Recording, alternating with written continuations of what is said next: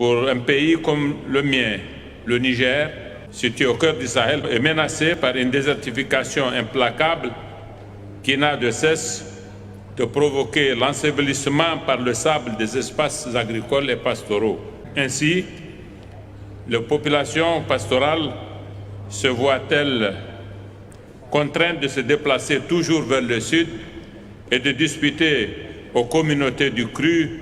des ressources naturelles vouées par ailleurs depuis longtemps à un processus d'aménagement inexorable, victime en cela justement du changement climatique. Victime du changement climatique qui se traduit par des sécheresses récurrentes et par, paradoxalement, ces dernières années, des inondations tout à fait destructrices. Mesdames et messieurs,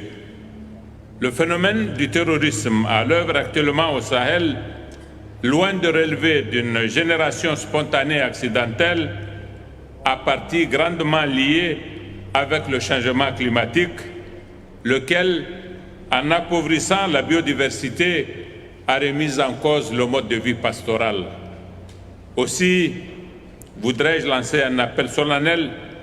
pour que la communauté internationale se mobilise à travers un fonds spécial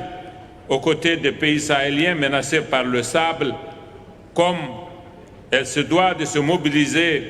aux côtés des petits pays insulaires envahis par les eaux des océans. Un tel fonds doit servir à la reforestation des espaces envahis par le désert. Les pays pauvres comme le nôtre, qui n'ont aucune responsabilité dans le dérèglement climatique, sont en effet aujourd'hui ceux qui paient le tribut le plus lourd au consumérisme promu par un modèle de développement qui a fait très peu de cas des peuples et des générations futures. Je voudrais,